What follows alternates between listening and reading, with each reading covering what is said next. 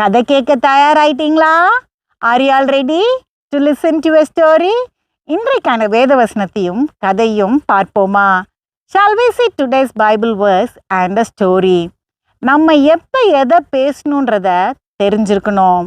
We should know when we should talk anything. சில நேரம் நம்ம எதுவுமே பேசாமல் இருக்கிறது ரொம்பவே நல்லது.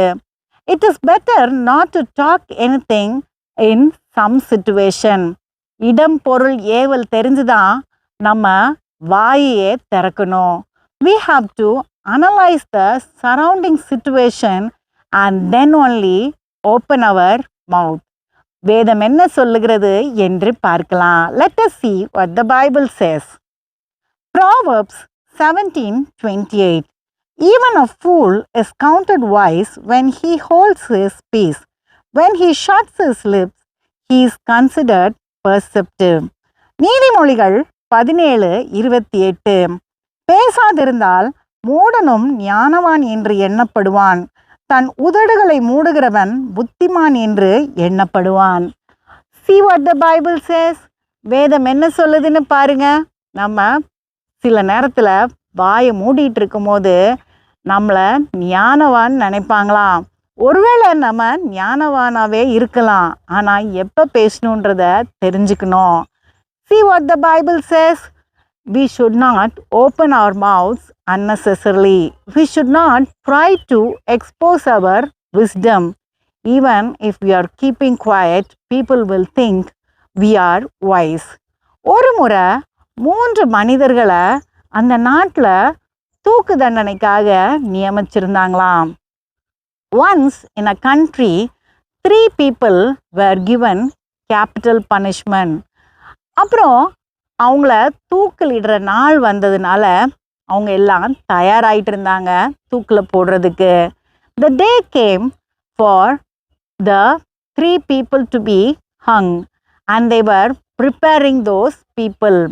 ஒருவர் ஒரு ஆன்மீகவாதி. One person was a religious person. இன்னொருவர் நீதிபதி. Another person was a judge. மூணாவது மனிதர் மெத்த படித்த ஒரு மேதாவியும் ஒரு விஞ்ஞானியும் கூட.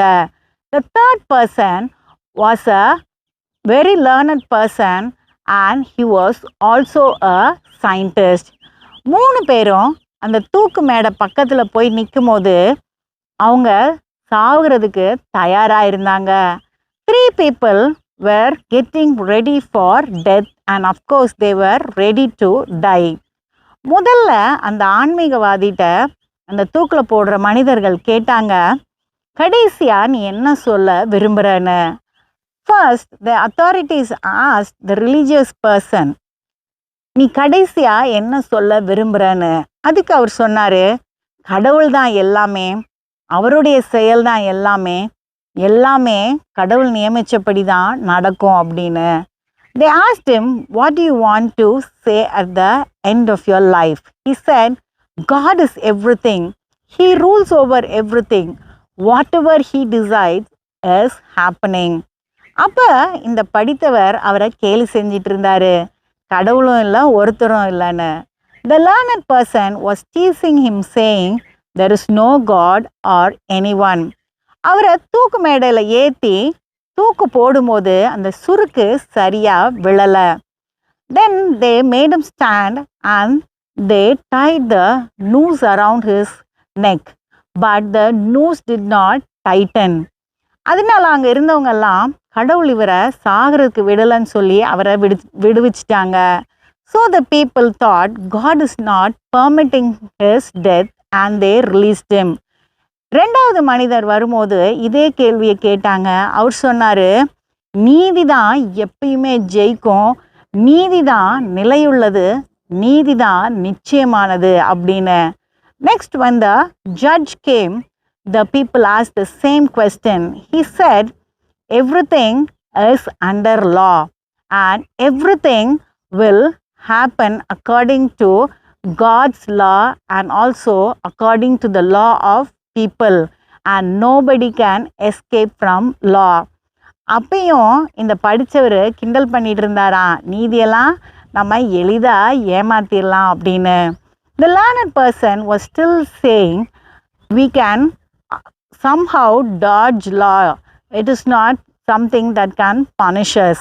அப்புறமா அந்த நீதிபதியை தூக்கில் ஏற்றும் போது மறுபடியும் அந்த சுருக்கு பிடிக்காததுனால அவங்க சொல்லிட்டாங்க, இந்த நீதிபதியை தூக்கில் இட வேண்டாம், 2வது முயற்சியாக, அதனால அவரை விடுவிச்சிடலான்ட்டு. Again, when the judge was about to be hung, the noose did not tighten. The authorities there said, let us release the judge also. We need not go for a second attempt. அடுத்து அந்த படித்தவரை தூக்கில் இட வேண்டிய நேரம் வந்தது. Next, the learned person was to be hung. அடுத்து அந்த விஞ்ஞானி கிட்ட இதே கேள்வியை கேட்டாங்க. Next day ask the scientist the same question. அப்போ அவர் சொன்னார், கடவுளும் இல்லை, நீதியும் ஜெயிக்காது, ஒன்று மட்டும் சொல்கிறேன், அந்த தூக்கு கயிறோட சுருக்கில் ஏதோ ஒரு பிரச்சனை இருக்குது அப்படின்னு. The judge was ask the same question and he said, I don't believe in God and also in law, but I can say you something. There is some problem in the noose that is used for hanging people. அப்போ இந்த அதிகாரிகள்லாம் போய் அதை சரி பண்ணாங்க. The people went and checked the noose. அப்போ தான் கண்டுபிடிச்சாங்க, அந்த சுருக்கு கயிறில் ஏதோ ஒரு தடங்கள் இருந்ததை. They found there was a knot in the noose. They removed it. அதுக்கப்புறம் என்ன நடந்ததுன்னு உங்களுக்கு தெரியும்ல, அந்த விஞ்ஞானியை அழகா தூக்கில் போட்டுட்டு வேலையை முடிச்சுட்டு போயிட்டாங்க. Then you know what would have happened? They executed the scientist by hanging him and they all went. இவர் அமைதியாக இருந்திருந்தா இவரும் தப்பிச்சிருப்பாரு.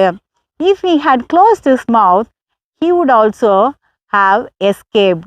இப்படி தான் சில நேரத்தில் நம்ம வாயை விட்டு பிரச்சனைகளை மாட்டிக்கிறோம். Sometimes we also get into trouble by opening our mouths. நுழலும் தன் வாயால் கெடும்னு நம்ம எல்லாருக்குமே தெரியும். கவனமாக இருக்கணும் நம்ம வார்த்தைகளில். The frog also cries out and attracts snakes and it is killed finally. We have to be careful in the words that we use.